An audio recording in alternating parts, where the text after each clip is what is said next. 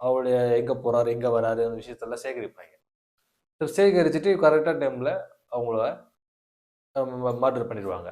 ஏன்னா இந்த நம்பிக்கை கூட நம்பி கூட வச்சிருக்கவங்கள நம்புறாரு. நம்ம கூட இருக்கிறவங்க நம்மளுக்கே தெரியாம பல விஷயங்கள் பார்த்துடுறாங்க. சமீப காலமா நம்ம ஆம்ஸ்டாங் அண்ணன் கொலை மேட்டில் கூட நடந்தது அந்த விஷயங்கள். ஸோ அதனால என்னன்னா இந்த மாதிரி விஷயங்கள் நம்ம தொடர்ச்சியாக நடந்து வந்துட்டு இருக்கு. இதுல துரோகம். அது அதுக்கு நம்ம என்ன பண்ணணும்?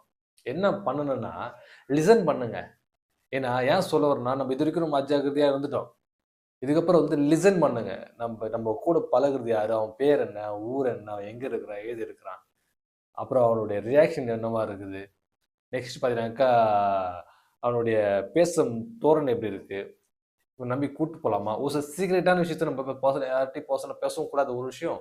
நம்மள ஒரு இடத்துக்கு போறோம்னா அந்த நம்ம நபர்களை வந்து யாரையும் அவாய்ட் பண்ணி எல்லாரையும் அவாய்ட் பண்ணிடணும். நம்ம என்ன பண்றோம், எங்க போறோம், எங்க வரோம் யாருக்கும் தெரியக்கூடாது. ஃபர்ஸ்ட் ஆஃப் ஆல் ஏன் சொல்றேன்னா யாருக்கும் தெரிய வேண்டாம் நான் நினைக்கிறேன். ஏன்னா நீங்க யாரும் கூட வச்சுக்காதீங்க.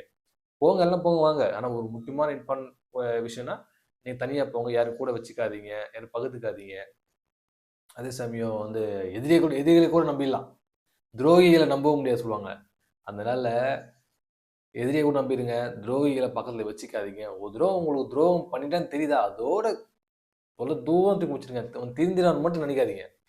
திருந்திடுவான்னு நினைச்சு கூட வச்சுக்கினா மிக நம்மளுக்கு மரண நிச்சயம். ஒரு தடவை துரோகம் பண்ணா அந்த துரோகம் பண்ணவனை திருப்பி நம்ம மன்னிச்சு சேர்த்துட்டாக்கா சண்டை போட்டுருவோம். நம்ம சண்டை போட்டு அவனை ஒதுக்கி வச்சிருவோம். திருப்பி அவனை சரி ஓகே அடிச்சு கூட பக்கத்துல வச்சாக்கா நம்ம கதையை முடிச்சிருவோம். மனசு அந்த வஞ்சன்ஸ் வச்சுக்கிட்டு கதையை முடிச்சிருவோம். ஏன்னா அனுபவம். அதனால என்னன்னா பாதுகாப்பா இருங்க, சேஃபா இருங்க, துரோகிங்களை தூர வைங்க. யாராக இருந்தாலும் இது வந்து ஜென்ரலா சொல்றேன், எல்லாரும் பொதுவா சொல்றேன். எல்லாருமே சேஃபா இருக்கணும், யாரையும் நம்பாதீங்க. ஏன்னா நம்ம நம்பிக்கையை ஏமாத்திடுவாங்க. ஒரு காதலி ஆகட்டும், நம்ம ரொம்ப ட்ரஸ்டாக இருப்போம், நம்மகிட்டையும் பேசுவாங்க, இன்னொருத்தர் பேசுவாங்க. ஸோ நண்பனாகட்டும், ஒரு 2 கேங் இருக்குது, 2 கேங் வந்து அவன் பெரிய கேங்கு சின்ன கேங்கு நம்ம கூட இருக்கிறான். ஸோ இவன் என்ன பண்ணுவான் தெரியுமா, பெரிய கேங்காக இருக்குது. ஸோ அங்கேயே போயிட்டு நம்மளை பற்றி நம்மளுடைய சீக்ரெட்லாம் சொல்லி நம்மளை அட்டாக் பண்ணுறதுக்கு வெயிட் பண்ணிட்டு அவங்க கூட ஜாயின் ஆகிட்டு அவங்க கூட ஒரு அல்பத்துக்கு அனுப்பிடிச்சு போயிடுவான். அதனால நண்பர்களாகட்டும், காதலியாகட்டும், உறவினர்களாகட்டும், எல்லார்கிட்டையுமே கொஞ்சம் உஷாராக இருங்க. வெளியே பழகும் போது எல்லாரையும் ஒரே மாதிரி பார்க்காதீங்க.